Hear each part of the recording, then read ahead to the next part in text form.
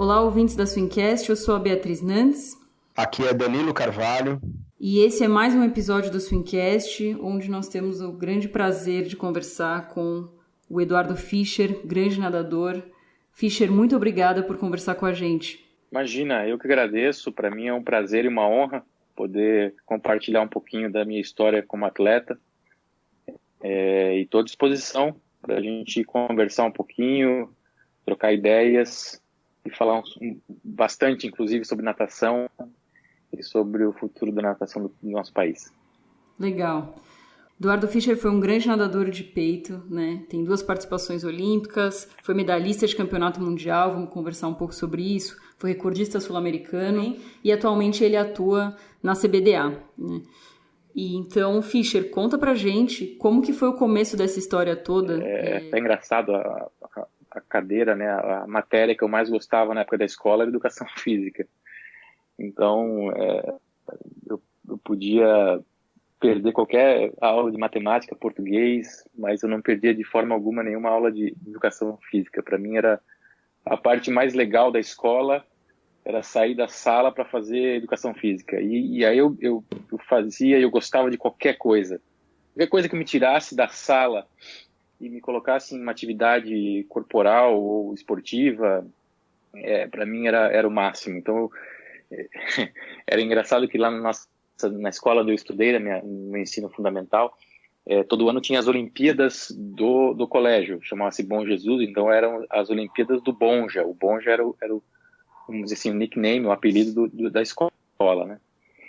E quando o professor entrava na sala e perguntava, né, quais as modalidades que cada aluno queria participar, alguns iam lá e falavam, eu quero futebol, eu quero basquete, eu quero vôlei, eu quero mata-soldado, eu quero atletismo. E aí o professor chegava em mim e falava, Fischer, tu quer o quê? Não, põe em tudo.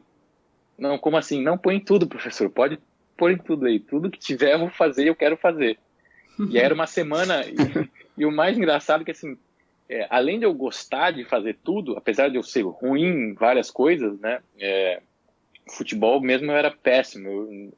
Aí tinha lá o grupinho dos meninos que jogavam futebol na nossa sala, que se encontravam para fazer o treinamento, e eu não podia participar, porque eu ou estava nadando, ou eu estava fazendo outra coisa.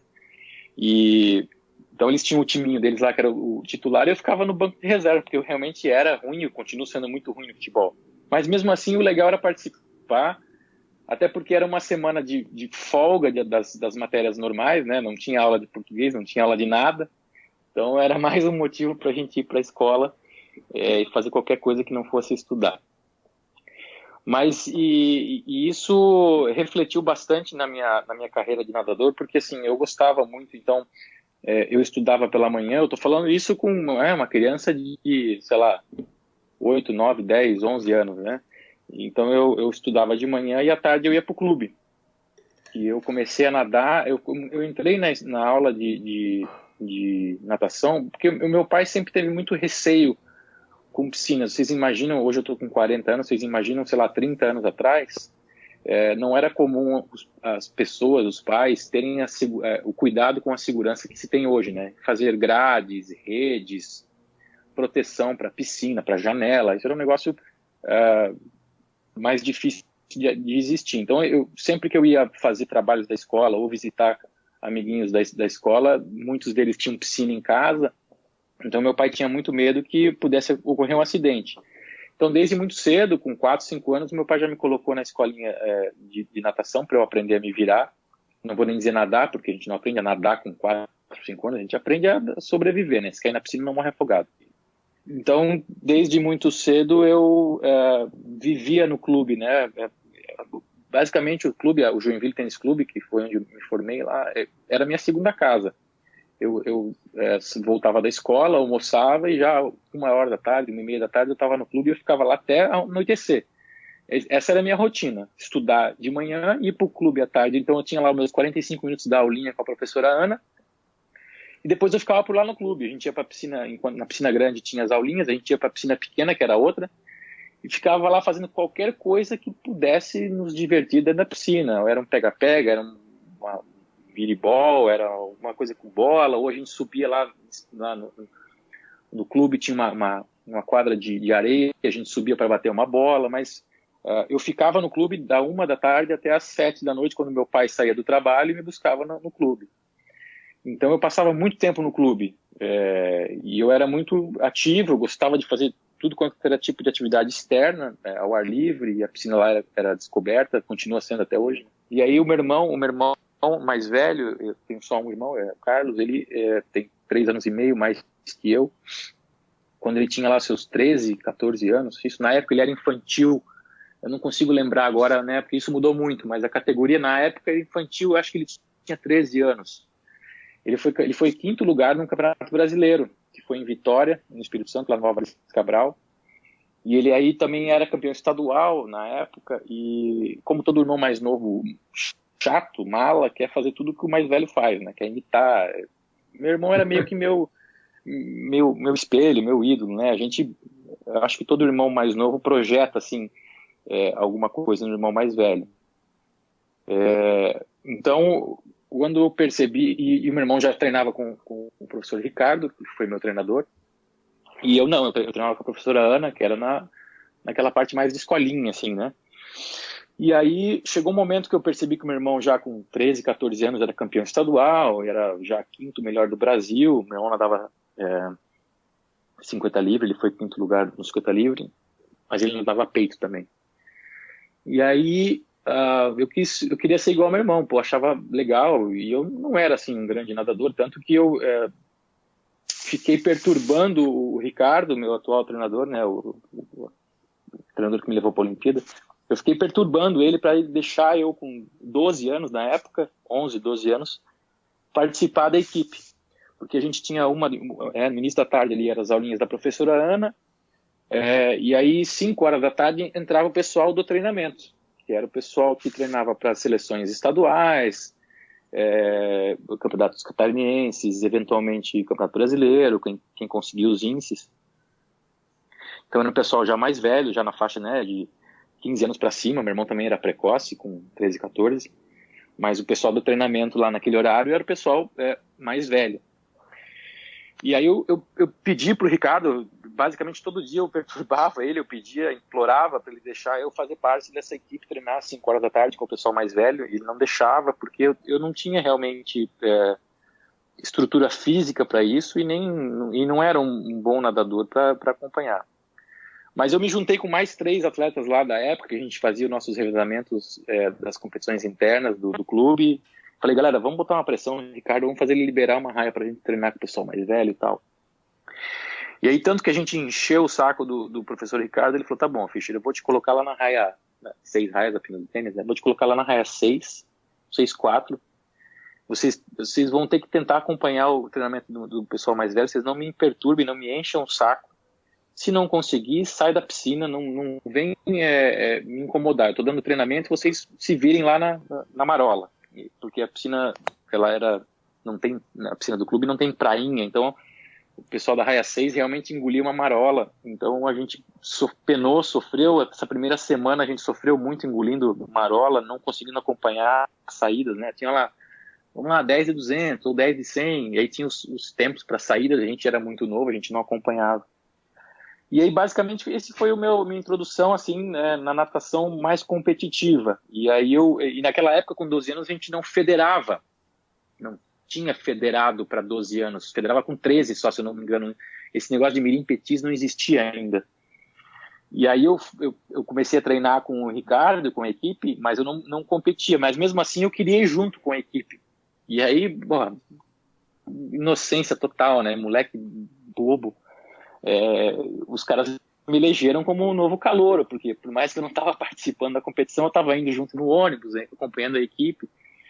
Então eu era o calouro, eu carregava a mala de todo mundo, eu virei o burro de carga da equipe, do pessoal lá mais velho. Mas foi legal, assim, cara, porque eu enfrentei, eu lembro de chegar em casa assim com vontade de chorar, porque eu não acompanhava a equipe, e eu engolia muita água e tu imagina, os caras treinando lá para o campeonato estadual, lá com seus 17, 18 anos, no auge da forma, tentando ser campeão estadual. Eu não queria nem saber de um moleque de 11, 12 lá na raia 6, então eu engolia muita marola, ninguém dava muita moral para mim, ninguém me dava atenção. Então, as primeiras semanas, assim, foi bem difícil, voltava para casa com vontade de chorar, mas engolia seco, porque afinal de contas fui eu que tinha pedido para estar ali e não ia desistir. Então, eu acho que o meu primeiro desafio como atleta de alto rendimento foi ali, onde eu me aventurei em participar de um treinamento onde eu não tinha capacidade física e técnica para estar junto, mas mesmo assim, sofrendo e penando, eu não desisti. Então, acho que esse foi meu primeiro enfrentamento aí na natação competitiva. Olha só, então, já uma primeira história de persistência aí para ser aceito no treino, né? Bem, bem legal. E em que momento que esses meninos de 17 anos, ou mesmo seu irmão, olharam para esse menino de 11 anos e falaram assim, nossa, esse cara é bom, né? Qual foi o seu primeiro grande resultado ali na categoria de base? Então, aí, aliás, o meu irmão foi fundamental, apesar de meu irmão não querer dar o braço a torcer, né, de não ir contra o pessoal mais velho, ele foi bastante importante me defendendo, assim, né, me dando o suporte para que os caras não me destruíssem, entre aspas, assim, né, não acabassem com a minha power will, né, com a minha vontade de continuar ali. E eu não era, realmente até meus 13, 14 anos, eu não era um atleta de muito destaque, né? Aí com 14 anos, eu me recordo de ter ido para um estadual e não ter me classificado muito bem, assim, talvez pegado um bronze, mas eu não figurava entre os melhores atletas do estado aqui. E é diferente quando tu fala estado São Paulo, porque se você está em terceiro do estado de São Paulo, você já vislumbra ser um grande nadador, né? Porque a elite da natação do nosso país estava e continua estando, né, no estado de São Paulo. Mas Santa Catarina é um estado pequeno e era muito mais na época em termos de desenvolvimento esportivo. Então, você ser terceiro no estado de Santa Catarina não lhe dava nenhum mérito nacional. E aí eu nadava borboleta e o meu primeiro campeonato nacional infantil ou juvenil, agora não me lembro, porque teve essa mudança de nomenclatura das categorias, eu fui quinto lugar no 100 metros borboleta. E aí eu comecei a dar um resultado, e quando tu volta de um nacional com quarto lugar, as pessoas já começam a olhar diferente, né? Porque quem estava lá no clube, quem estava lá nos seus 17, 18 anos, já entrando no sênior, né? Sabe da dificuldade de você figurar entre os 8 melhores de um nacional na categoria. Mas o ponto-chave mesmo foi quando a gente foi, daí depois desse campeonato nacional juvenil, foi em Recife,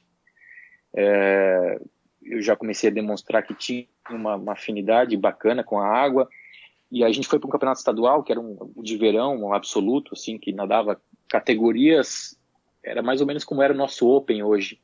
Tu competia na eliminatória o campeonato de categoria, ou seja, tu nadava a eliminatória, uma final direta da tua categoria, e era premiado pelo teu resultado na tua categoria. E aí os 8 melhores de todas as categorias, né, juvenil, júnior, sênior, se classificavam para uma final à tarde, que era o Open. Então esse era o nosso campeonato de verão. E eu lembro que um nadador de peito da nossa equipe não pôde ir, teve otite, ficou doente, teve febre, e o Ricardo pediu para eu cobrir a gente disputava o campeonato ali, Joinville, com o pessoal do Florianópolis e Blumenau. O Ricardo pediu para eu tapar esse buraco, literalmente, né, porque eu não nadava nada de peito, e participar de algumas provas de peito. E aí, eu lembro de ter nadado sem peito, e eu fiz um tempo, assim, muito bom para a minha categoria, mesmo nunca tendo nadado a prova. E, inclusive, me classifiquei para a final da tarde. Então, estava lá um moleque de 14, 15 anos, disputando uma final absoluta com os caras do sênior de 20, 21, 22. Foi bastante impressionante isso ter acontecido, assim. E aí todo mundo começou a olhar diferente para mim, né? Tu perguntaste ali quando é que foi o momento. Eu acho que esse foi o momento que todo mundo olhou assim, cara, esse menino de 14, 15 anos está nadando de igual para igual. Claro, eu não peguei medalha, obviamente, né? Mas eu cheguei ali, eu não me recordo exatamente da classificação, mas não fechei raia, cheguei a ganhar de atletas de mais idade. foi quando a gente até começou a deixar de treinar a borboleta para começar a treinar o peito. O Ricardo falou assim, cara, impressionante, a gente nunca treinou peito e tu fez se eu não me engano foi 1,14 de sem peito na piscina curta. Tu nunca nadou sem peito, já mandou 1,14 assim, e isso foi relevante e foi um turning point, né? Foi uma mudança na minha carreira, porque eu estava focado na nadar borboleta, tinha sido quarto melhor do Brasil na categoria nadando borboleta, e de repente eu comecei cada vez mais treinar mais peito e menos borboleta. E esse foi a grande guinada aí da minha natação para o estilo que depois me revelou. Ô Fischer, aí nessa época que você ficou muitos anos com o Ricardo, praticamente sua carreira toda, né? Você ali lembra dessa época, quando você já estava entrando ali júnior, juvenil 2, júnior 1 ali, você já estava nadando realmente muito bem, né? Você lembra como que eram os treinos nessa época? A gente foi progredindo cada vez mais nos treinamentos de peito, né? Então, assim, naquela época a gente não havia dobra, a gente não dobrava, não tinha 2 treinos. Era um treino de 2 horas e meia, e era isso que eu fazia todo dia, né? Segunda a sábado, com uma folga no domingo. Mas, quando eu comecei a melhorar os meus resultados no nado peito, aqui no estado, a gente... eu lembro de ter ido para um campeonato júnior no Pinheiros, em 96, se eu não me engano, com uma expectativa muito grande de ir para uma final e disputar uma medalha. E foi meu primeiro nacional peito, né? Eu tinha ido para o nacional borboleta e esse seria o meu primeiro nacional, onde minha prova, tanto que eu nem nadei sem borboleta nessa competição, foi lá no Pinheiros, em 96. E eu nadei super mal e eu nem peguei final, mas eu acho que eu tinha 1,10 de piscina curta e a gente estava projetando nadar para 1,11, que colocava a gente na final e para medalhar, acho que era 1,8, o pessoal ganhava na época com 7 nessa categoria, 1,7, 1,8, e aí entre 1,10 e 1,11 já podia beliscar uma medalha, então nossa projeção era mais ou menos essa, né? E eu nadei, acho que por 1,14, 1,15 na longa, e eu fiquei de fora da final, e foi bem decepcionante para mim, assim. E a gente começou a incrementar os treinamentos de peito para tentar no próximo ano, tinha o Campeonato Brasileiro de Inverno, que seria em Porto Alegre, no GNU. E eu lembro que a gente treinava muito peito, assim, e nessa fase eu comecei a incrementar o volume de peito, assim. Então, séries de 3 de 800 peito, 5 de 400 peito, 2 de 1.000 peito. Eu nadava muito volume de peito, assim.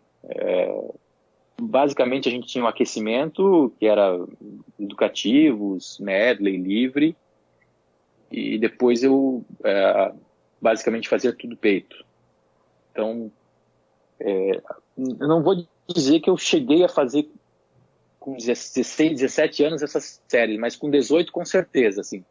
Então a gente começou a aumentar o volume, o Ricardo começou a botar muito volume de nado peito para mim, e aí em 97, nesse campeonato que eu era júnior 2, tinha 17 anos, foi lá no Campeonato Brasileiro de Inverno Júnior, lá no GNU, em Porto Alegre, eu venci a prova com 7, foi meio que eu fui meio azarão, assim, ninguém esperava que eu fosse ganhar essa prova. A gente tinha o Diogo Iabe, que nadava peito, a gente tinha o Guilherme Rego, na época, que nadava peito, Marcel Burquerque, que nadava peito,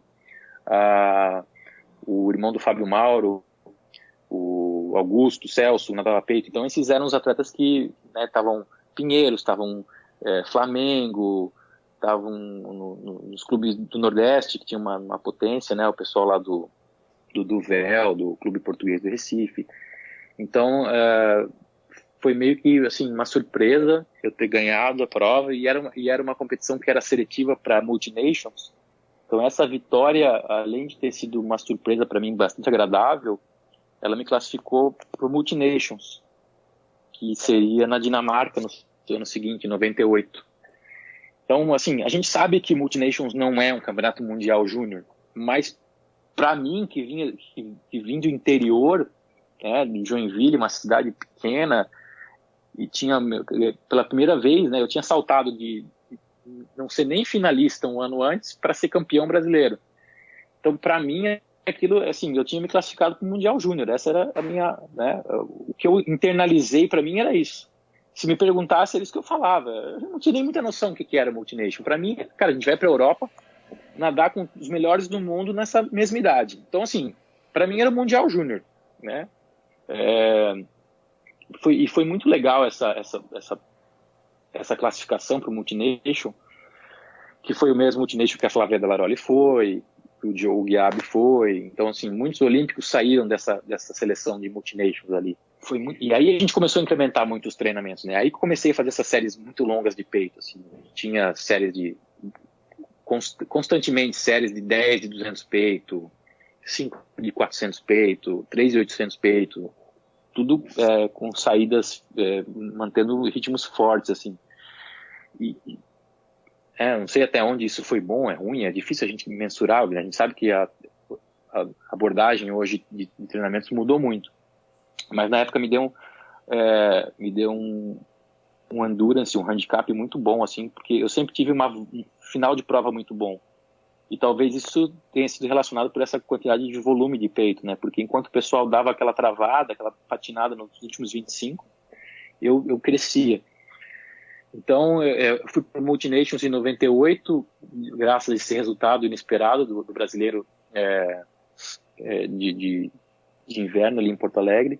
E aí eu consegui um bronze no Multinations e um ouro, um 4 por 100 medley, que eu nadei até com o Diogo Guiabi. O Diogo Guiabi fechou de crawl na época. Esse eventamento a gente foi campeão no Multinations. E eu levei o bronze com 1 minuto 6 segundos e 83 centésimos, se não me falha a memória.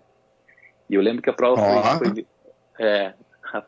foi vencida pelo Remo Luthoff, que é um nadador suíço, também de 80, mesma idade que a minha. Eu lembro que ele ganhou a prova com 1,3. E 1,3 era tempo, assim, para ser finalista olímpico, quase. Eu acho que, se eu não me engano, a Olimpíada ali, nós estamos falando de 98, a Olimpíada de 96 em Atlanta, se eu não me engano, 1,3 era muito próximo de uma final olímpica. Então era um nadador, assim, excepcional, e foi muito interessante ter competido contra ele, assim, porque depois a gente se encontrou na Olimpíada e eu ganhei dele na Olimpíada, né? Então, foi muito bacana, assim. Eu acho que, apesar de eu ter tido uma evolução rápida, eu respeitei algumas fases, e o Ricardo, então, assim, a gente não nadava mais que 5, 6 quilômetros por dia, né? Apesar de ter um volume grande de peito, eu não tinha um volume excessivo de metragem total, assim. É difícil um treinamento meu passar de 6 quilômetros nessa faixa etária.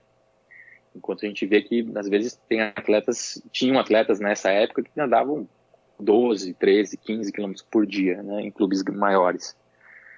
Mas foi isso aí. E aí, esse 97, 98 foi bacana para mim, porque na minha cabeça eu tinha voltado como o terceiro melhor do mundo no júnior. Então, nessa faixa etária de 17 a 18 anos, eu era o terceiro melhor do mundo, e eu internalizei isso na minha cabeça e falei, não, agora eu vou treinar cada vez mais, porque o próximo passo agora é chegar junto com os caras, que na época era Rogério Kafukenstein, Marcelo Tomazini, Oscar Godoy, eram os caras Alain Pessotti, que era o pessoal 3, 4 anos mais velho que eu, que eram os campeões nacionais e campeões sul-americanos do nado peito no Brasil.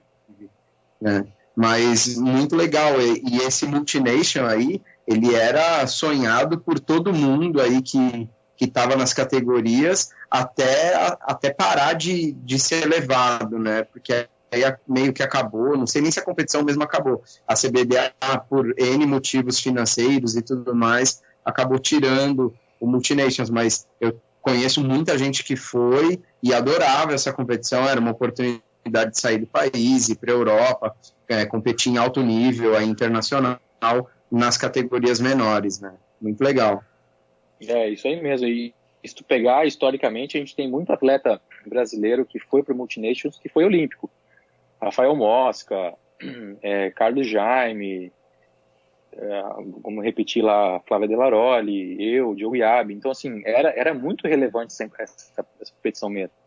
A gente não vai entrar agora no porquê CBDA, né? Na época parou de levar, financeiro Sim. ou não financeiro, enfim, isso acho que é papo para outra, mas foi uma pena, porque realmente era uma competição muito importante e ela revelava muitos grandes nomes da natação brasileira. Você mencionou ali o Tomazini, o Alan Pessotti, eu ia te perguntar justamente disso, né? Porque você teve esse grande resultado aí na categoria, foi pro Multinations, pegou pódio, e na volta ali, acho que em 98 você já chegou quase ao pódio do absoluto, em 99 também, e em 2000 você já estava na Olimpíada, né? Então como que foi isso de você perceber que você estava muito perto dos caras e em que momento você percebeu que dava para ir já para Sydney? A gente começou a treinar cada vez mais forte o peito e eu comecei a responder muito bem a esses campeonatos regionais aqui, né, os Jogos Abertos, que era a Olimpíada Estadual aqui do nosso estado. Então eu comecei a ter resultados bastante expressivos em âmbito regional e a gente começou realmente a acreditar que podia ter resultado nacional relevante. E aí, em 98, teve o Troféu Brasil no Ibirapuera, em São Paulo, que eu fui 5º colocado, né? Eu nadei para 1,5 e 5 alto, se não me falha a memória, e eu fiquei muito próximo assim do bronze. A prova foi lá disputada pelo Tomasa, pelo Cafu, pelo Godoy e pelo Pessotti, não lembro a ordem. Eu fiquei em 5º lugar, com 18 anos eu fui o 5º melhor do Brasil no Troféu Brasil, com um tempo bastante expressivo, 1,5 na época, era um tempo muito bom, porque a gente tinha ali os caras ganhando com 4, então eu fechei 98 com uma expectativa enorme e outros clubes começaram a perceber que eu era realmente um nadador que tinha era uma promessa, tinha uma qualidade técnica boa. Foi quando daí o Minas, em 99, e me procurou e perguntou se eu queria competir o ano de 99 pelo Minas. E aí esse foi o meu primeiro grande contrato profissional, assim, apesar de natação não ser profissional, e muito mais na época, né, ser amador, eu digo que foi meu primeiro grande contrato profissional, porque eles me pagaram, a oferta era, nunca vou esquecer, assim, um salário de R$900, para eu nadar por eles o ano de 99 e eu fui pesquisar isso, porque eu estou escrevendo um livro também, eu estou tentando escrever minha biografia esportiva, já era para eu ter terminado, mas enfim, os afazeres do trabalho, da vida, da família, da CBDA, né, não permitem que a gente tenha tanto tempo para redigir, escrever, mas eu já tenho bastante coisa já escrita e eu espero que, sei lá, nos próximos anos aí, esse ano que vem, talvez, eu consiga terminá-lo para mandar para edição, assim, para finalizar. Mas, enfim. E na época o salário mínimo era R$150. Então eu estava ganhando basicamente 4 salários mínimos. Então, se tu pensar hoje, né, a gente tem um salário mínimo de R$1.000, eu estaria ganhando 4, né, no dinheiro de hoje, R$4.000 para nadar. E para um menino de 18 anos, vamos combinar que é um excelente salário. Se você pegar hoje um rapaz de 18 anos e falar que vai pagar R$4.000 para ele trabalhar, pouca gente no nosso país tem essa condição. A gente sabe que a maioria da população nacional sobrevive, infelizmente, com um salário mínimo que é R$1.000. Então, por mais que pareça pouco, para mim era extremamente relevante aquilo, era muito dinheiro e era um contrato para mim que eu levei com muita seriedade. Então eu fui para BH, a ideia deles é que eu ficasse lá 6 meses morando na República e nadasse 4 competições seguidas. Então eu ficaria fazendo o treino do Ricardo com a supervisão do Reinaldo, que na época era o treinador do Minas, e eu ficaria na República. Então eu ia nadar lá, se não me engano, era um campeonato mineiro, depois era um campeonato em Ipatinga, uma coisa interna, regional ali. Depois a gente teria o campeonato nacional categoria júnior, em Fortaleza. E aí culminando então no Troféu Brasil, que era seletivo para o Pan-Americano de Winnipeg, em 99.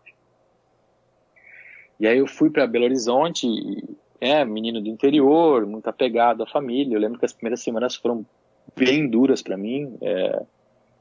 Eu ia toda noite para o quarto chorar de saudade da casa, dos meus pais e da minha rotina. Então, assim, foi difícil no começo, mas logo, assim, aquela vibe de república é muito bacana, né? As pessoas, tinha muita gente de fora na república, então acho que a galera meio que se sensibilizava com algo similar que já tinha passado, de pessoal que tinha vindo do norte, do nordeste. Então, e aí eu fiz uma amizade muito forte com o Raul Crespo, nadador de grandes borboletas. E ele foi um cara que tem uma força muito grande no começo, porque é difícil se enturmar, assim, né? Tu vem de longe, e ele que me ajudou, assim, me apresentou o pessoal, e a gente começou a treinar, eu comecei a treinar no Minas, e aí foi a primeira vez que eu fui treinar em longa, né? Até então eu só tinha... O que eu tinha de experiência em piscina longa era num clube aqui de Joinville que tinha uma piscina longa que não era aquecida. Então, basicamente, a gente só conseguia treinar, como Joinville faz frio, a gente só conseguia treinar nessa piscina 2-3 meses do ano, ainda pedindo uma permissão, um arrego lá para os sócios do Clube Vera Cruz, para que eu pudesse usar a piscina longa. Então, no Minas foi a minha primeira experiência assim, de treinar mesmo em piscina longa. E aí foi muito bacana, assim, eu tive muitos bons resultados nessas competições que o Minas me propôs para eu nadar. E aí nesse Campeonato Brasileiro em Fortaleza, de 99, eu ganhei melhor índice técnico, ganhei melhor eficiência. Eu tenho até hoje o troféu, um troféuzão grande, assim, porque eu ganhei tudo que eu nadei, eu ganhei lá 100, eu nem nadava 200 na época, eu ganhei o 100 e o 200, e eu ajudei o Minas a ser campeão no 4 por 100 ml, e ajudei o Minas a ser bronze no 4 por 100 livre, para me colocar para nadar livre. Então, foi um ano bem bacana lá no Minas, em 99, e aí culminou no Troféu Brasil de 99. Eu nem passava na minha cabeça eu classificar para o Pan-Americano de Winnipeg, porque eu tinha sido 5º lugar, né, um ano antes com 5, e aí eu ganhei com 4 alto, acho, o brasileiro em Fortaleza, mas o índice era um 3,62, um 3,60, um 3,60. Um 3,60 era o índice para o Pan-Americano de Winnipeg. E eu nem imaginava que seria possível nadar para esse tempo, porque eu tinha feito um 4 alto, um 4,80, e assim, tu não espera que isso aconteça já. Tu sabe que pode melhorar, que tu pode chegar junto, mas não estava nos meus planos assim, vou para lá para classificar para o Pan-Americano. E aí na eliminatória do sem peito, o Alan Pessotti fez o índice, um 3,52, um 3,50, um 3,58, alguma coisa assim, ele fez o índice Pan-Americano na eliminatória, e eu de forma surpreendente nadei para um 3,62, que é 2 centésimos do índice Pan-Americano. E fui vice-campeão da prova, então pulei de 5º para vice-campeão brasileiro, entrei na casa do 1,3 e muito próximo do índice para o Pan-Americano. E aí a CBDA na época abriu uma oportunidade que quem estivesse próximo do índice poderia ficar mais uma semana lá no Rio de Janeiro, que eles iam preparar a piscina do Júlio Delamário de novo para as pessoas, todo mundo que quisesse mais uma tentativa para fazer o índice, podia, né? Então, eu fiquei lá, eu lembro de ter o Rogério Romero ter ficado também, porque ele ficou próximo do índice pro PAN, nós ficamos, a gente dividiu o quarto, essa experiência foi muito bacana, assim, porque eu dividi o quarto com um cara que já era 99, ele já tinha participado de 2 ou 3, era um cara que já era triolímpico. E eu dividi, um moleque do interior de Joinville, estava dividindo um quarto, uma lenda da natação brasileira. E foi muito, muito legal a experiência mesmo. Eu tenho o Rogério como uma pessoa sensacional, guardo ele no coração como um grande amigo, apesar de a gente faz tempo que a gente não conversa pessoalmente, é difícil se encontrar, mas eu tenho uma estima muito grande pelo Rogério Romero. A gente dividiu depois quarto em seleção brasileira também, aprendi muito com ele. E aí a gente ficou lá e eu nadei muito mal essa essa seletiva extra da CBDA e não me classifiquei pro PAN de Winnipeg. E aí tem uma história que é bacana e é triste ao mesmo tempo, porque o Pessotti acabou sendo o primeiro nome no 100 peito para o Winnipeg e o Tomazini o primeiro nome para o 200 peito em Winnipeg. E aí o Alain Pessotti, por algum motivo, nadou muito mal. Nadou para uns 5. A eliminatória do 100 peito ficou de fora da final. E o Tomás tinha nadado bem o 200 peitos. E ele tinha feito, acho que um 3 alto, um 4-0. Aí como ele classificou para o 200 peitos, ele teve a oportunidade de nadar o 100 também lá em Winnipeg. E ele ganhou, o fato é, eu não vou falar os tempos dos caras porque também não posso estar errado, né? Mas o fato é que ele ganhou do Pessotti na prova lá em Winnipeg. E aí ele ganhou a oportunidade de nadar o 4 por 100 medley com a seleção brasileira. E foi a primeira vez na história que o Brasil ganhou dos Estados Unidos no 4 por 100 medley no Pan-Americano. Então, assim, o Tomasa, com um tempo teoricamente pior que o meu, voltou de Winnipeg com o ouro no peito. E aquilo me destruiu, né, psicologicamente falando, porque eu falava assim, cara, se eu tivesse feito índice, eu estaria lá, eu teria ganhado o Pessotti na prova, eu teria sido o cara que iria para o revezamento, eu ia nadar o revezamento com o Xuxa e com o Gustavo, que também eram os meus ídolos.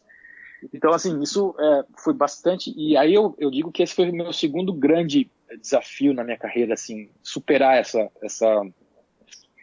diversidade, assim, porque eu achava que eu nunca ia ter uma chance igual. 2 centésimos, a chance de ser um campeão pan-americano junto com o Gustavo e com o Fernando, que eram os melhores nadadores do mundo. Eu pensei assim, nunca mais isso vai acontecer na minha vida. E aí tive que, né, conversar com o Ricardo, conversar com a minha família e tal, para botar a cabeça na piscina e voltar a treinar. Porque ano que vem era outro ano, tinha outras competições, tinha a seletiva olímpica. E aí meu grande objetivo era ser campeão brasileiro no ano subsequente, depois que eu venci essa diversidade, mas nunca me passou pela cabeça assim, eu vou pro Troféu Brasil de 2000 para me classificar para os Jogos. Isso não passava na minha cabeça. Não era uma meta minha, não era um objetivo meu, assim. Mas rolou que eu nadei o Troféu Brasil em 2000, ganhei a prova, e apesar de não ter feito o índice mínimo, a CBDA na época optou por levar na somatória dos tempos, que tivesse feito um tempo, né, um determinado tempo lá, levar o campeão de cada nado para nadar o medley lá em Sydney, porque a gente tinha, a somatória dos tempos tinha um tempo bacana. Porque, assim, salvo o melhor juízo, eu preciso até, depois do Fiolo, a gente não teve nenhum nadador de peito na Olimpíada. Então, desde 72 até 2000, a gente não tinha um nadador que foi para nadar o peito na Olimpíada. E até acho que essa opção da CBDA de levar o revezamento para Sydney Medley foi por causa do resultado do Pan-Americano. E eu acabei me classificando, então, para Sydney de forma bastante inesperada, até para mim mesmo, não era um objetivo meu, acabei classificando. E aí é engraçado, porque as pessoas me perguntam, e eu falo isso, se eu pudesse voltar atrás no tempo e mudar, ficar com um ouro pan-americano e não ir para Sydney, eu não trocaria. Para mim foi mais relevante, por mais que eu cheguei lá em Sydney e fiquei em 32º lugar, eu acho que a classificação olímpica, para mim, eu dou mais, eu não trocaria. Não troco um ouro pan-americano por uma participação olímpica. Então, fala dos Jogos de Sydney aí, da sua experiência, como que foi estar lá, né? É um negócio bem legal ali e só quem foi sabe como é que é, né? Foi bem surreal, assim, porque daí um negócio que tu não espera, e de repente do nada eu estava na seleção principal, né? Porque eu tive participações em Copas do Mundo antes, em 98 e 99, né, na seleção principal do Brasil, mas Copa do Mundo é Copa do Mundo, né? Tinham 30 atletas que a CBDA convocava na época, nessas etapas que eram realizadas no Rio de Janeiro. Se eu parar para pensar mesmo, minha primeira seleção absoluta foi logo de cara a seleção olímpica em Sydney. Então foi muito surreal assim para mim.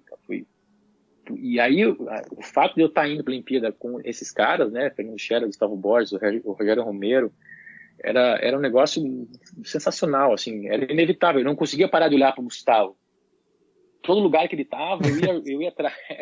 Apesar, soma-se o fato do cara ter 2,3 m, é difícil não perceber o cara no ambiente, né?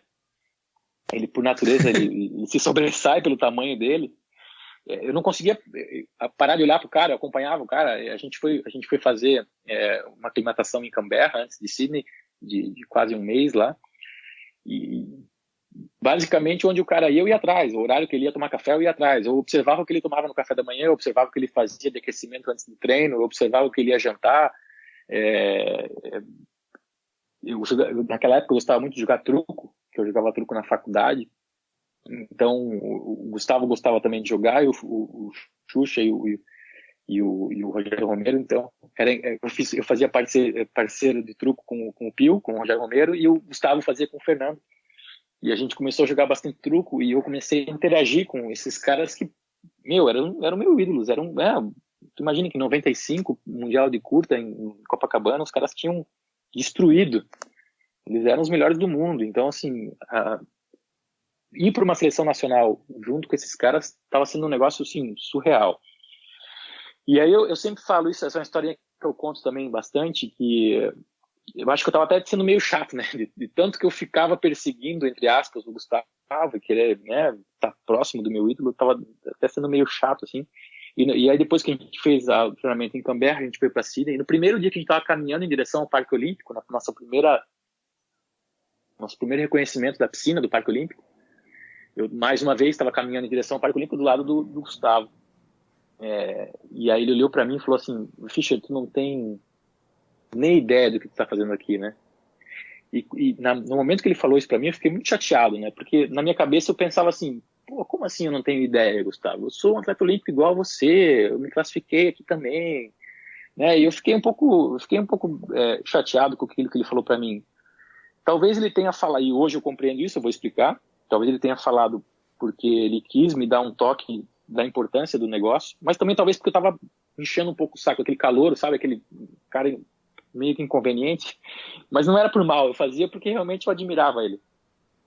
E hoje eu percebo que o que ele falou para mim não foi no sentido ruim, foi no sentido assim, que eu era muito novo, e talvez ele tenha passado por isso, porque como ele foi também novo para a Olimpíada, a gente não tem ideia da magnitude, da importância de representar o nosso país nos Jogos Olímpicos quando a gente vai. E geralmente os atletas, quando vão pela primeira vez, vão muito jovens.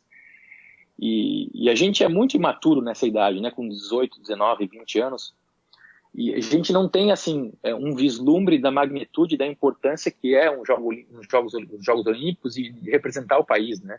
Quantas coisas foram mobilizadas no nosso país, no nosso governo, nossa estrutura, para que eu pudesse estar lá naquele momento e representando o nosso país. Então, hoje eu vejo isso como algo que foi muito positivo para mim, porque me levou a questionar o porquê que ele tinha dito aquilo para mim. E hoje, quando eu vou dar alguma aula em faculdade ou vou dar alguma palestra, eu falo para as pessoas que estão, de repente, ali no pré-vestibular ou no primeiro ano de faculdade, que a gente é colocado à prova com muito jovens, né? A gente entra na faculdade com 17, 18 anos, que tem que decidir a nossa profissão para o resto da vida. Então, eu falo isso porque, às vezes, é o que a gente passa e foi o que eu passei. E Sydney foi um negócio muito bacana, porque foi uma Olimpíada muito bem organizada, ou seja, a gente estava no país da natação e tinha toda aquela expectativa em cima do Ian Thorpe, que era o torpedo australiano, a disputa dele com o Peter, o holandês, e o nosso revezamento que, né, tirou da cartola aquele bronze com aquele final absurdo do Divaldo Valério. E eu tive a oportunidade de encontrar outros atletas brasileiros que eu admirava. Então, assim, foi um negócio surreal, assim, foi muito bacana, a experiência foi muito engrandecedora para mim. Apesar de confesso que eu sentia a pressão, né? A gente fez uma preleção, a gente teve uma reunião antes de ir para a Vila, lá em Canberra. E eu lembro da reunião, assim, as pessoas, né, os responsáveis técnicos, baterem muito na tecla, assim: vocês cuidem para não deslumbrar. Eles vão chegar na Vila Olímpica, é natural que vocês vão se espantar com a magnitude do negócio, é tudo novo, é tudo fantástico, vocês vão querer bater perna, andar por tudo na vila. E eu pensava assim, que nada, cara. É só um lugar cheio de atleta. Eu já tinha meus 20 anos do alto da minha experiência, eu pensava comigo, né? Ingênuo garoto de 20 anos. E eu achava que eu não ia sentir nada disso, não ia sentir pressão, não ia sentir nada. E foi exatamente o contrário. Eu botei o pé na Vila, eu simplesmente surtei, eu deslumbrei. Eu queria estar em todo lugar da Vila ao mesmo tempo. Eu lembro que nas primeiras 24 horas eu devia ter caminhado, sei lá, uns 15 quilômetros, que eu queria conhecer tudo. O lugar onde tinha internet, né? Onde tinha o lazer, onde tinha a piscina, onde tinha musculação. Eu queria conhecer os banheiros, a lavanderia. Pô, tu ganhava um cestinho assim, com furos para tu colocar a tua roupa, que tu nominava, e aí tu levava na lavanderia. Então, assim, eu quis lavar roupa na Vila Olímpica para conhecer a lavanderia da Vila Olímpica. Então, totalmente surtado e deslumbrado, exatamente como tinham alertado pra gente. Então, eu lembro de ter gastado uma energia absurda nos primeiros dias na Vila, batendo perna para conhecer as coisas. Eles tinham feito uma arquibancada absurda, assim. Eu acho que foi a primeira, a maior, desde a história da natação mundial, eu acho que foi a arena com maior capacidade até então. Eram 17 mil pessoas que cabiam na arena, na piscina, no Parque Aquático Olímpico de Sydney. E a hora que eu entrei naquela piscina, e aí eles tiveram que fazer uma arquibancada que era bastante verticalizada, assim, para poder comportar esse número de pessoas, né? Quando eu entrei na piscina, caminhando assim naquela fila indiana em direção à baliza, que eu percebi o tamanho daquela arquibancada, assim, ó, meu joelhinho balançava igual vara verde. E eu fiquei muito nervoso, muito nervoso. Eu senti bastante a pressão, assim. E aí eu nadei para um tempo pior do que eu tinha feito. Acho que eu tinha feito um 3,60, um 3,40 na classificatória lá no Troféu Brasil. Eu nadei para um 3,72. Eu piorei um pouquinho o meu tempo e eu fiquei muito frustrado com isso. Porque eu tinha botado na minha cabeça que eu ia nadar para um 2. Não, eu vou nadar para um 2, eu vou ser semifinalista olímpico. E aí eu acabei em 32º, então a minha participação foi bem aquém do que eu esperava. Depois eu tentei focar no revezamento 4x100 medley, mas a gente estava também com uma equipe meio, né, o Xuxa estava focado para nadar o 4x100 livre, o Gustavo estava focado para nadar o 4x100 livre, o Pio estava focado para nadar o 200 costas, ninguém estava muito focado para esse revezamento medley. Só eu estava porque eu estava desesperado para tentar fazer um resultado que eu não tinha conseguido na minha prova. E foi inevitável, a gente acabou acho que em 12º ou 14º, não passando para a final também. Então, apesar de minha participação não ter sido tão boa quanto eu esperava, e bem aquém daquilo que a gente tinha imaginado, que se eu imaginei nadar para um 2, nadar para um 3 alto, realmente é bem abaixo do que a gente tinha traçado. Toda a experiência olímpica foi muito produtiva, foi muito fantástica. Assim, eu acho que eu voltei um atleta muito mais centrado, muito mais preparado para encarar o que tinha pela minha frente. E eu tinha gostado tanto do negócio que eu falei, não, eu quero de novo isso. E aí, chegando em casa da Olimpíada de Sydney, só isso que eu pensava. Eu vou treinar para que daqui a 4 anos eu fazer isso de novo e fazer bem feito. Agora eu quero uma final olímpica. Eu me lembro de ter isso bem vívido, assim. O meu objetivo no primeiro dia pós-Sydney era treinar, classificar para ir para a final olímpica em Atenas. Que legal. Até você falando, né, de você observando ali o Gustavo e você novinho ali em Sydney. Só que tô me lembrando em 2002 de uma competição no Internacional. Lá você já era ídolo, né? Então eu tenho uma foto com você, eu e vários amigos meus da natação. Na época eu tinha 12 anos, né? E eu acho que foi logo depois de você pegar aquela medalha, que é o que eu ia te perguntar agora, né? No Mundial. Então eu queria que você falasse dessa medalha, e aí você já tava com esse, assim, todo mundo do clube queria nadar peito igual o Fischer, né? Então, rapidamente ali você virou bem uma referência no Brasil e conseguiu essa medalha no Mundial, né? Foi bem, assim, foi uma ascensão bem meteórica mesmo, porque aí a gente focou em ser um atleta que pudesse ser finalista olímpico. Esse era o objetivo que eu tracei com o Ricardo, né? E foi logo nessa época também, final de 99, início de 2000, que eu trouxe o Armando que foi meu treinador de dryland, de musculação, né? Então eu chamei o Armando para me treinar na parte de musculação, porque naquela época a gente não existia muito esse negócio de musculação aplicada à natação, né?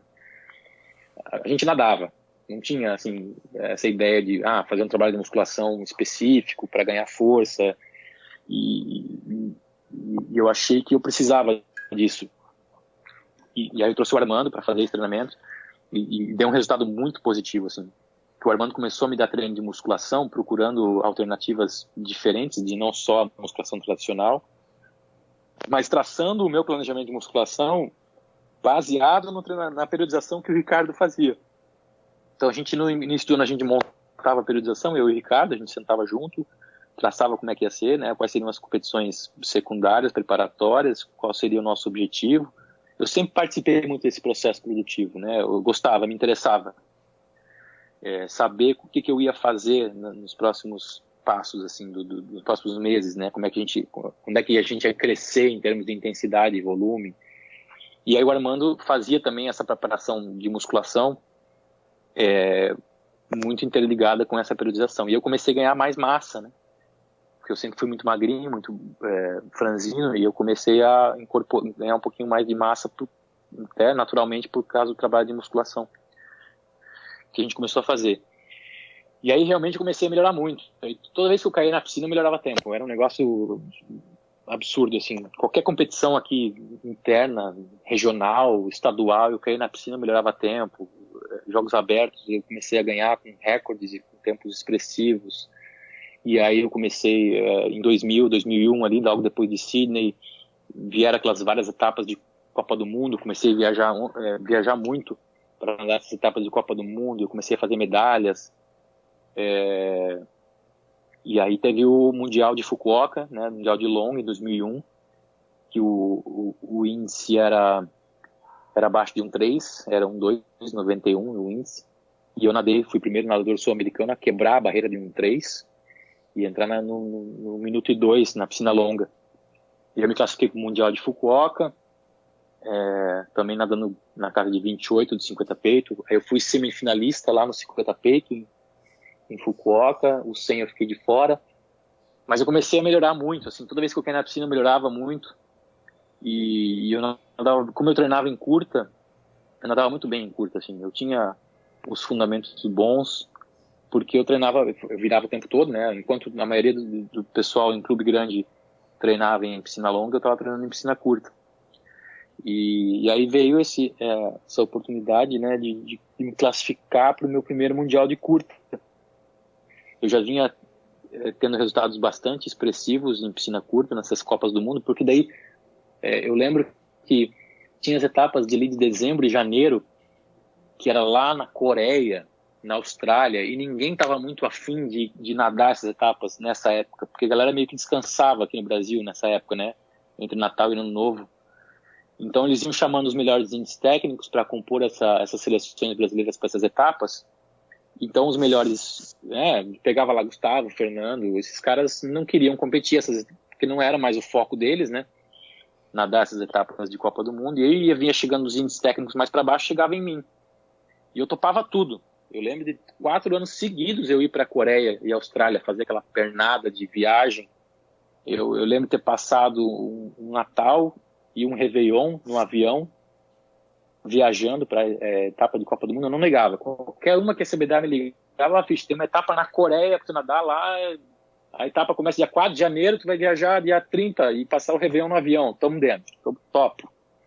Então eu comecei a querer competir muito, e aí uma etapa dessa de Paris, para mim é um momento histórico e eu guardo com muito alegria esse momento, muita gratidão. Assim, para mim foi um feito, né, independentemente do que possa parecer hoje, para mim foi um feito fantástico.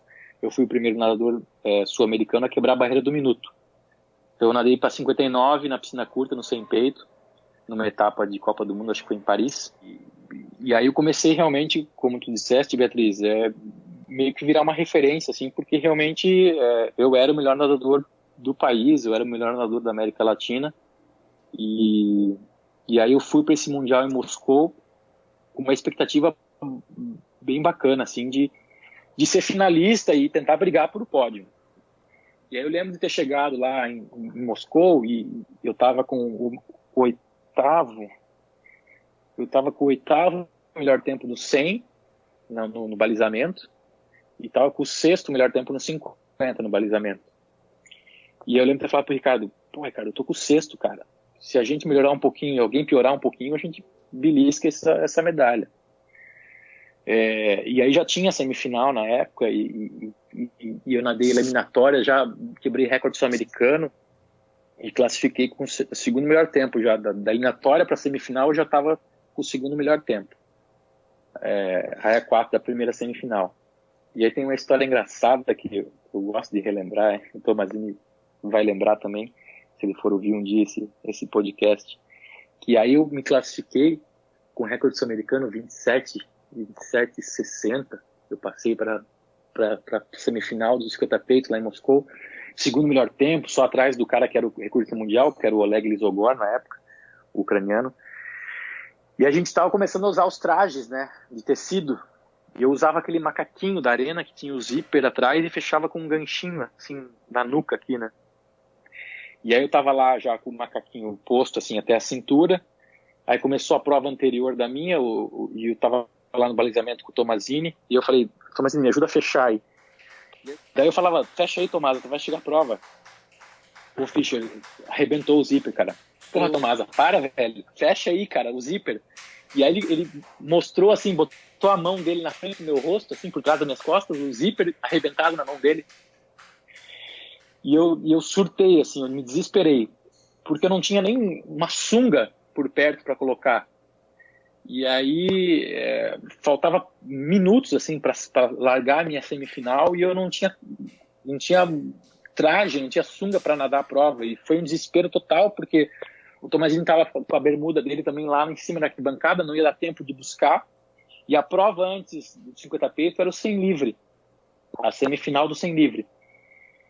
E aí o José Meolans, o argentino, estava saindo da eliminatória, da semifinal dele, e eu conhecia pouco ele, assim, a gente tinha tido algum contato, mas pouco, e ele estava saindo, daí eu e o Tomazini abordamos o cara, falei, ô Meolans, pelo amor de Deus, cara, tira essa bermuda aí, troca aí, empresta pro Fischer, que o Fischer tá sem traje, arrebentou e tal, e tentamos arranhar um portunhol ali com o Meolans. Desesperado eu tava, hoje eu dou risada, mas tava desesperado. Daí o Meolans colocou a toalha assim, né, e tirou o traje e me emprestou. Só que o do Meolans é um cara de quase 2 metros, e eu tenho 1,80 m, então era uma bermuda, o traje dele era bermuda, né, bermudinha. A bermuda dele quase que passava do meu joelho, assim, para baixo do meu joelho. Então eu tive que amarrar bem forte, porque ficava largo em mim a bermuda, puxei assim um pouco a bermuda para ficar acima do meu joelho. Não tinha compressão nenhuma a bermuda, porque era super maior que o meu número. E fui correndo lá para nadar a semifinal do 50 peito. E aí, de forma, de novo, surpreendente, eu quebrei o recorde sul-americano com 27,23. Me classifiquei para a final com o segundo melhor tempo, só atrás do Oleg Lisogor. Mesmo nessa perrengue todo, mesmo usando um traje que não era o que eu estava acostumado, maior. E aí a gente percebeu que a gente realmente poderia voltar de lá com uma medalha. E a gente, eu era, apesar de eu ser um cara que sempre traçou objetivos de alta expectativa, né, metas bastante grandes, eu meio que estava ciente que o ouro era algo meio que impossível, assim. Então eu tentei nem focar no Oleg, nem no ouro, porque eu sabia que não era o momento. Então eu tentei fazer a melhor natação possível para não perder o meu, né, aquele momento ali do segundo lugar ali, que era e eu lembro eu contava, durante o treino eu contava minhas braçadas. Eu sempre consegui fazer séries fortes de VO2, de anaeróbio, contando braçada. Eu me acostumei a contar meus movimentos, minhas braçadas. E na eliminatória e na semifinal, nas duas vezes eu contei, e eu justo, né, quando faz o movimento completo, estava chegando na parede para fazer a virada. E na final, justamente por algum motivo, eu me perdi na contagem, não sei se fiz uma Filipina maior ou menor, e não, na minha última braçada completa, faltou, eu tive que fazer aquela meia braçada para encaixar a virada. Assim. Eu juro para vocês que da minha vida, do meu toque na parede para o final da minha Filipina, eu pensei em 1 milhão de coisas, inclusive na desculpa que eu ia ter que dar por ter perdido a medalha na final. Porque eu achei que aquela virada tinha... Foi um negócio, não, é engraçado, porque eu lembro isso de forma nítida.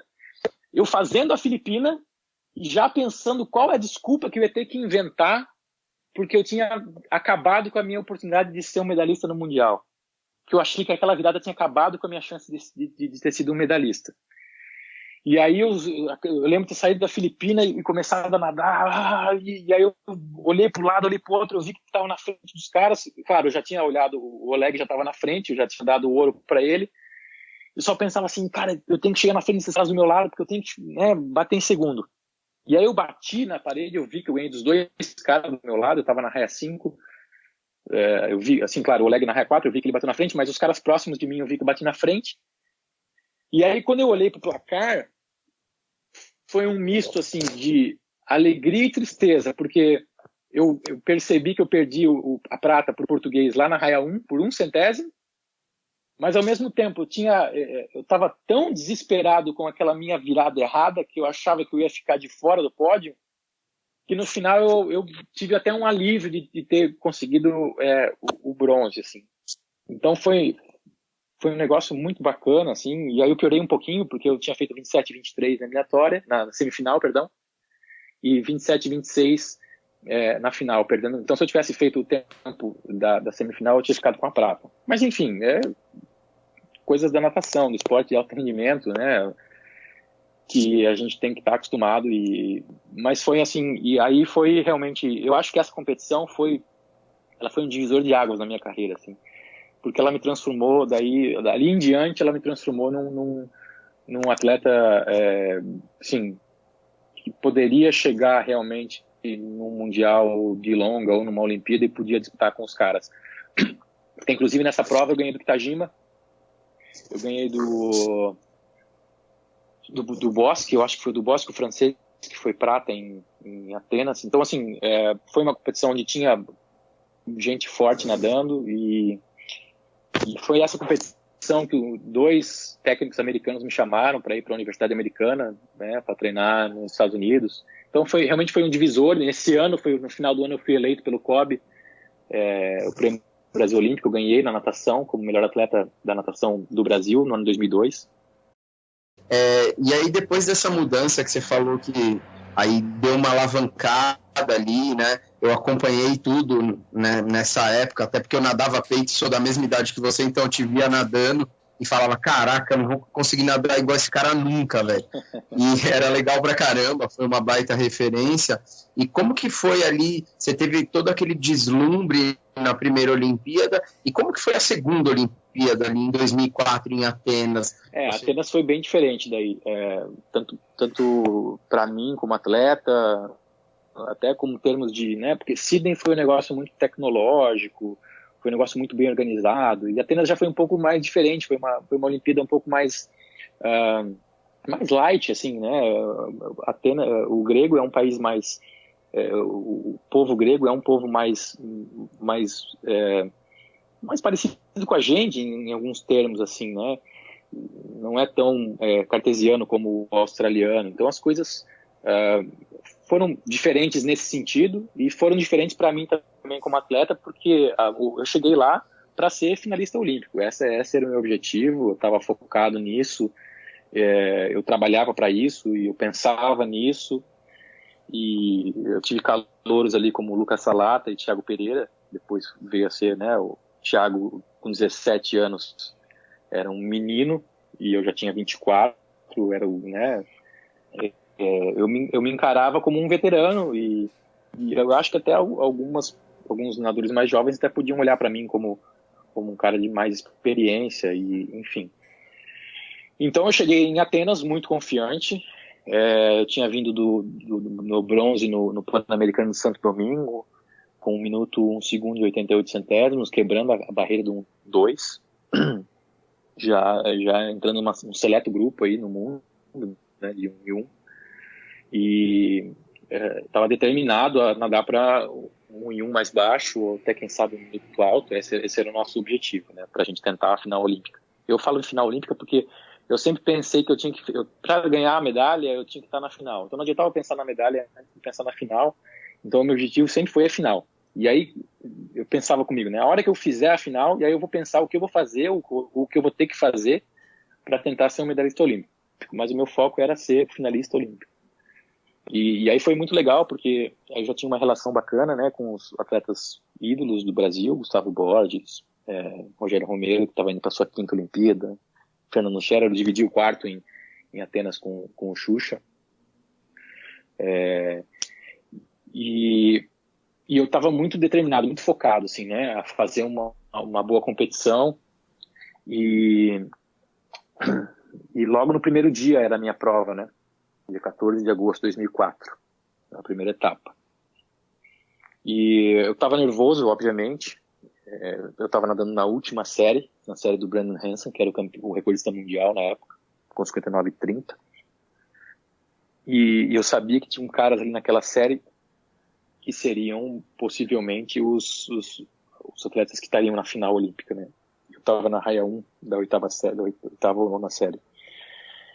Eu já tinha feito os cálculos do balizamento, eu estava balizado com o 19º ou 18º tempo, mas isso não tinha me abalado de forma alguma.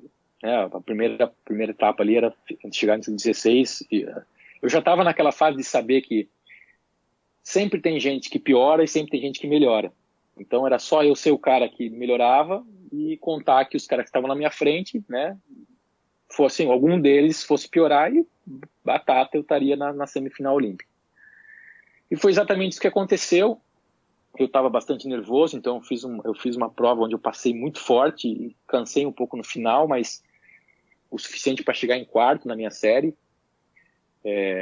baixando meu tempo. Eu tinha 1 em 1,88, fiz 1 em 1,84, e realmente atletas que eram melhores que eu, estavam melhor balizados do que eu, realmente de fato pioraram, como sempre acontece. E eu, melhorando alguns centésimos, pulei lá e terminei em 11º. Então classifiquei para a semifinal com o 11º tempo.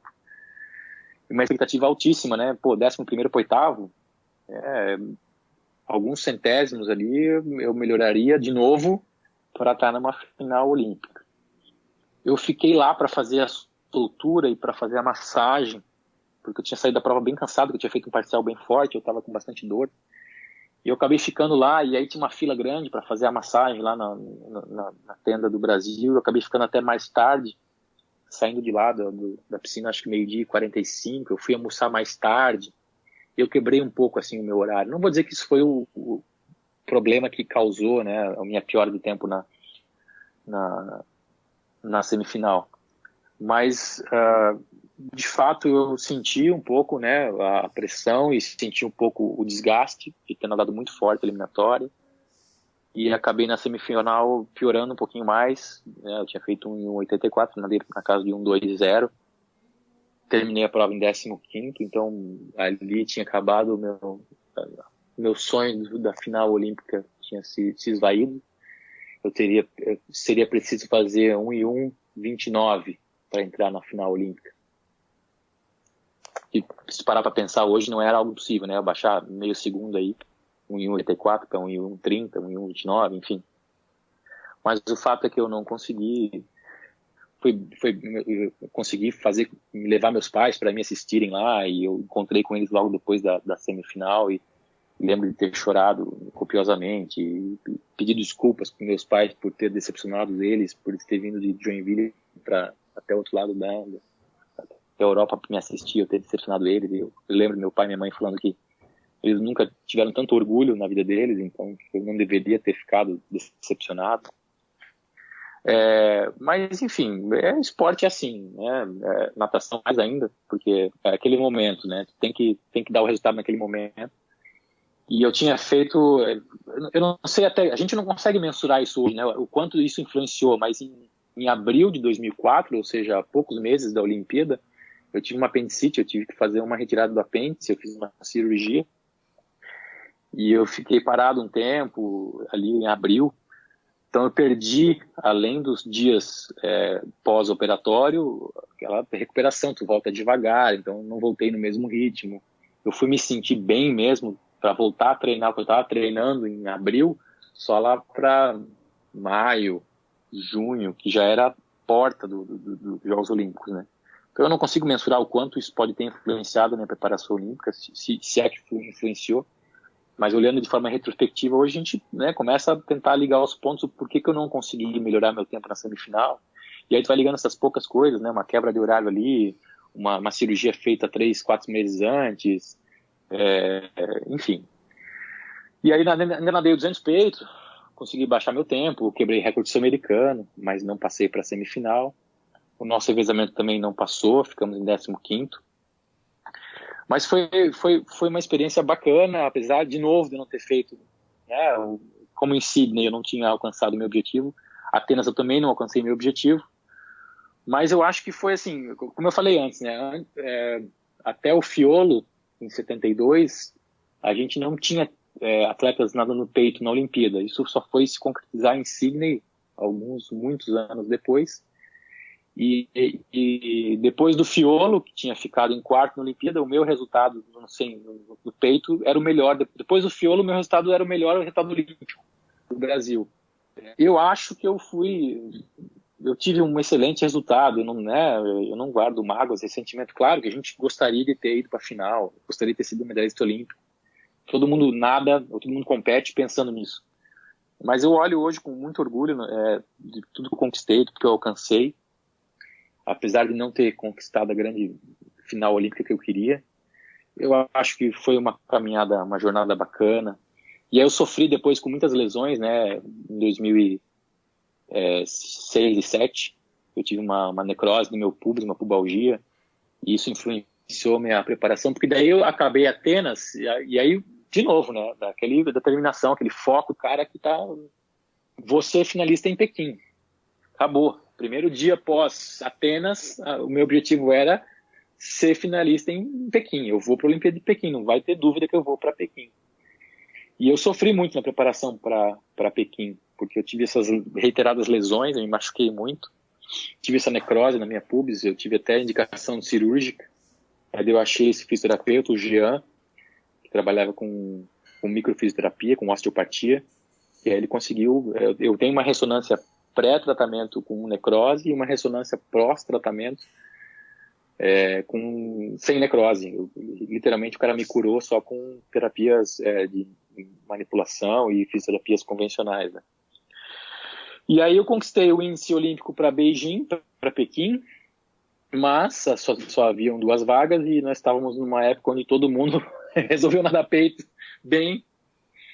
E eu fiquei, mesmo com o índice olímpico, fiquei em 4º colocado. E aí, naquela época, Felipe Lima ficou em 3º, Felipe França ficou em 2º na Olimpíada de Pequim, e o Henrique Barbosa ganhou a seletiva olímpica, sendo França e Henrique para Pequim, eu fiquei de fora. E ainda tive, depois disso, né, alguns resultados expressivos. Fui para o Pan Pacífico, algumas medalhas em Copas do Mundo. Cheguei a ficar muito próximo de ir para o Mundial de Roma, na época dos trajes. Eu voltei a nadar bem depois dos trajes, né? Cheguei a nadar para 1 minuto e 40. Hoje, se eu não me engano, no all-time, esse meu 1 minuto e 40 de traje está entre os 50 melhores tempos da história. Pegar um tempo por atleta, né? Exclusivamente. Mas foi isso aí, foi uma experiência bacana em Atenas, e apesar de eu ter focado para ser um atleta olímpico de novo em Pequim, não aconteceu, infelizmente. Você acabou já falando do índice de 2008, eu ia perguntar justamente dessa prova, né? Mas você já mencionou, porque eu acho que você teve um papel importante ali realmente de abrir essas portas do peito, né? Porque hoje, em 2004 teve a sua semifinal, aí em 2008 a gente teve aquela disputa super emocionante, né? Você fazendo o índice primeiro, depois o Felipe, depois os dois pegando a vaga. Em 2008 a gente então teve 2 atletas, mas não chegamos na semifinal na Olimpíada, né? Então eles não conseguiram repetir a sua semifinal. Em 2012 a gente teve de novo 2 atletas e aí os 2 pegaram a semifinal. E em 2016 o Brasil teve 2 atletas na final e acabou sendo o melhor resultado daquela Olimpíada, né? O 5º lugar do João. Então, acho que você foi o primeiro ali para uma evolução grande do peito. Então, queria saber como é que você vê isso, né? O peito atualmente. E acho que é isso para a gente já começar a encerrar aqui. É um negócio engraçado, assim, e é irônico, porque assim, a vida, a experiência de vida ensina muitas coisas pra gente, né? Eu me recordo de quando eu cheguei lá em 99, como um moleque chegando perto do Tomazini e do Pessotti, incomodando eles, eu lembro de eles olharem para mim assim com um pouco, vou usar essa palavra, mas porque eu não acho nenhuma outra melhor, assim, com um pouco de raiva, né? Pô, o que esse moleque tá vindo aqui querendo incomodar a gente? E eu, pelo contrário, tava, né, cheio de mim, sendo um moleque dando bom resultado. E isso aconteceu exatamente comigo depois, né? Porque daí começaram a chegar os moleques, né? Começou a chegar o Felipe Lima, começou a chegar o João, começou a chegar o Thales, começou a chegar o Henrique Barbosa, o Felipe França. E aí né, a gente só consegue ter um vislumbre de como o outro lado se sente em determinada situação quando você acaba se colocando no lugar dessa pessoa. Então eu acabei me colocando no lugar desses caras, né, do Oscar Godoy, do Tomazini, do Pessotti, quando eu era o melhor nadador da América Latina, era o melhor nadador brasileiro, e esses caras começaram a chegar perto de mim, eventualmente uma hora ou outra ganhando de mim. Então, eu lembro de ter um pouco assim, não dizer, eu usei a palavra raiva lá, eu acho que eles não tinham raiva de mim, mas é aquela sensação de assim, pô, o que esse moleque tá vindo aqui querer, né, roubar o nosso lugar, mais ou menos isso. E foi isso que eu senti com os outros caras, né? O que esses caras estão vindo aqui querendo roubar o meu lugar? E é cíclico, né? O esporte é cíclico, isso é inevitável, assim. Então, eu não acho que fui eu que abri a porta do peito no Brasil, né? Porque se tu parar a pensar, eu me espelhei muito no Tomazini, no Pessotti, no Oscar Godoy, para chegar onde eu cheguei. Até no próprio Cafu, né? O Cafu Genstein também era um cara que estava dando uns resultados bons quando eu comecei a nadar bem o peito. Mas o fato é que eu acho que eu ajudei bastante essa ascensão do nado peito no Brasil, porque as pessoas começaram a perceber o nado peito. Eu não digo nem que por causa do meu resultado, eu digo porque assim, tu começa a ver o cara lá na televisão, numa final de mundial de piscina curta, daí tu vê o cara numa semifinal de mundial de longa, daí tu vê o cara numa semifinal, porque a natação brasileira estava muito acostumado, e eu tô falando na era televisiva, né? Porque, claro, a gente tem Ricardo Prado, a gente tem esses caras que foram medalhistas olímpicos lá atrás, mas a mídia não chegava de forma tão rápida quanto chegou nessa época. Agora nem se fala, né? Nós estamos no imediatismo. O cara bate no bloco, na placa, no placar, no mesmo segundo no Twitter tu tem o resultado do cara, né, em tempo real. Mas então, assim, as pessoas começaram que estavam acostumadas a só ver nado livre, né, só Fernando e Gustavo, eventualmente o Rogério Romero de costas, começaram a ver na TV outros resultados no nado peito. E isso chamou a atenção para as pessoas também começarem a nadar peito, treinarem peito, se interessarem pelo nadar peito. Então, assim, não é que eu fui o melhor nadador de peito, não me considero isso, longe disso, né? Até porque o João hoje é vice-campeão mundial e é 5º na Olimpíada passada e tem, sem dúvida, o melhor resultado do Brasil na história do nado peito. Então, eu até me sinto um pouco assim, eu nem sou muito mais velho que os nadadores de peito de hoje, né?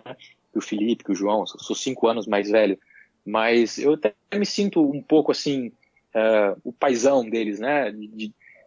E aí, quando eles começaram a ter excelentes resultados, pegar as vagas para mundiais e eu ficar de fora, e eles irem para a Olimpíada e eu ficar de fora, a gente já tinha ultrapassado essa fase da raiva, né?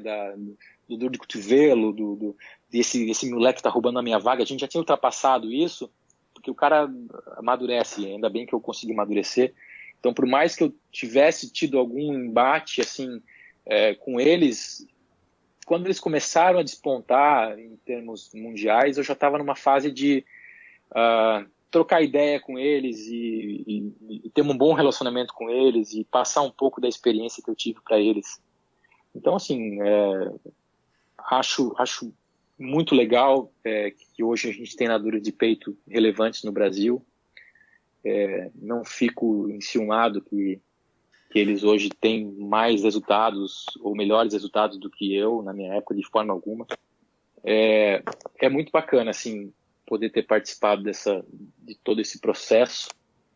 Como eu falei anteriormente, eu olho para trás e eu tenho só boas lembranças, só tenho orgulho, não tenho nenhum arrependimento, né? Vivi o esporte de forma plena, e o esporte me levou. Eu fiz uma conta um tempo atrás aí. Eu passei por 38 países diferentes, graças ao esporte, graças à natação. Algo que eu não poderia ter nunca feito se eu fosse uma pessoa, né? Acho que eu não teria como conhecer tantas culturas e ter tantas experiências fora do Brasil se não fosse pelo esporte. Que agora você acaba trabalhando com essas pessoas, né, com esses atletas do outro lado, né, na CBDA. Então, entrar um pouquinho, se puder, para a gente finalizar, falar um pouco do seu trabalho agora na CBDA. É muito legal agora ter essa oportunidade de ser diretor de natação da CBDA, porque às vezes a gente faz muitas críticas a muitas coisas, mas não tem ideia do que acontece do outro lado e às vezes não faz nada para melhorar. Então, é público notório os vários embates que eu tive com a gestão do Coraci, das minhas dúvidas sobre a idoneidade da gestão dele. E isso tudo se comprovou com a prisão dele recentemente, né, com a condenação dele por desvio de verba pública. Mas o fato é que comecei o meu embate com a gestão do Coraci em 2004 e eu entrei na CBDA em 2019. Então foram 15 anos de luta para que a gente tivesse um modelo diferente na confederação e hoje eu posso participar disso. É claro que a gente não consegue mudar nada da noite para o dia, né? Eu não posso transformar a CBDA da água para o vinho em 2 anos, mas atualmente a gente conta com pessoas de muito conhecimento e muita boa vontade e boa índole que estão dispostas realmente a trabalhar em prol da natação, né, em prol do esporte. E acho que uma prova disso é que nós reduzimos o quadro de funcionários da CBDA, tinham 90 funcionários, hoje tem apenas 8, e todos os diretores de modalidade, eu na natação, o João no polo, enfim, no nado artístico, o próprio Ricardo Cordani, que é o diretor geral, o presidente, todos esses cargos são cargos atualmente voluntários. A gente não recebe nada para fazer o nosso trabalho, muito pelo contrário, quando a gente precisa ir para o Rio de Janeiro para fazer alguma reunião com o COB ou na própria CBDA, a gente tem que tirar dinheiro do próprio bolso. Então a CBDA, além de me dar cabelo branco, estresse, problema, ainda tira dinheiro do meu bolso também. Então, se eu tô me sujeitando e me propondo a fazer o trabalho dessa forma, é porque eu quero contribuir de alguma forma positiva, né? Eu não tô lá para tirar proveito. Então, está sendo muito bacana entender como é que é. Então, a gente, às vezes, e essa experiência de vida mostra que, às vezes, quando a gente é atleta, a gente quer que seja de uma forma, a gente percebe quando a gente chega lá, não dá para fazer tudo da forma que a gente queria que fosse. Existem leis, existem regras, existem procedimentos que têm que ser respeitados, existem opiniões diferentes que têm que ser respeitadas, né? Existe um conselho técnico nacional que tem que ser respeitado, existem os clubes que formam atletas que têm que ser respeitados. Então a gente tem que trabalhar de uma forma onde a gente escute todo mundo e tente de forma coerente implementar as mudanças que a gente quer implementar. Enfim, está sendo uma experiência muito engrandecedora para mim, apesar de ser um trabalho difícil, mas está sendo legal. Agora, do outro lado, eu continuo tendo um contato muito próximo com os atletas, principalmente os de peito, né? O João, o Felipe, o França. mas também com o pessoal da minha época, né, Nicolas, o pessoal um pouquinho mais da minha faixa etária, mas eu tive a oportunidade de ir para o Mundial de Curta na China e conhecer também essa nova geração, Breno, Luiz Altamir, esses meninos, né, o Fernando Scheffer, que foram recordistas mundiais do 4x200. Então está sendo muito bacana. Eu acho que a gente aprende muita coisa nessa vida fazendo as coisas mais variadas possíveis. E eu acho que até, por exemplo, essa oportunidade de fazer meu primeiro podcast, eu nunca tinha feito isso na minha vida, foi uma experiência muito bacana. Então aprendi muito hoje com essa oportunidade, e agradeço, né? Fico honrado pelo convite, agradeço essa oportunidade, porque a gente sempre aprende, a gente nunca deixa de aprender, e a experiência de vida é o que nos torna cada vez mais aptos a solucionar problemas e ajudar as pessoas. Então, é isso aí, gente. Na CBDA está sendo um desafio bem grande, um momento que a gente está sem dinheiro, um momento completamente contrário que a gente teve em 2016, na Olimpíada do Rio, onde jorrava dinheiro na CBDA, literalmente. A gente está tendo uma realidade completamente diferente, né? É pura escassez, é dívida atrás de dívida, mas a vontade de fazer o esporte progredir ainda é maior do que a condição financeira. E a gente segue na batalha.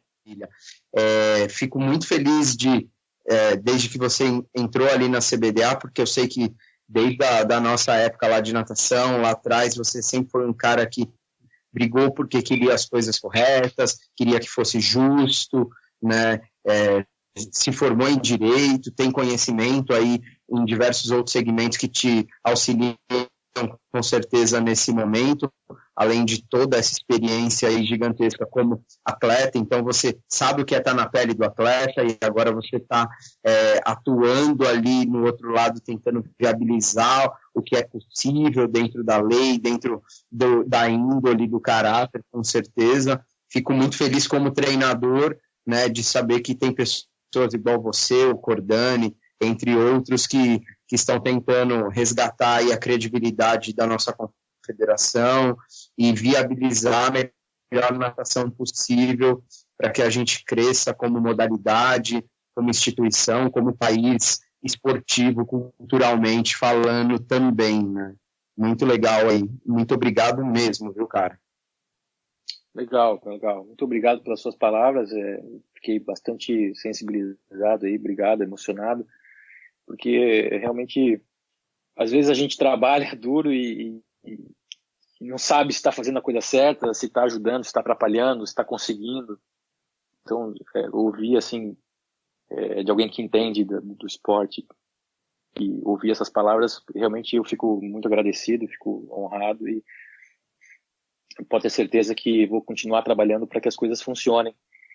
E só para finalizar, mais uma vez, obrigado pela oportunidade, foi muito bacana, foi uma experiência fantástica, fico honrado, fico feliz e espero que isso possa, de alguma forma, contribuir aí para o esporte brasileiro.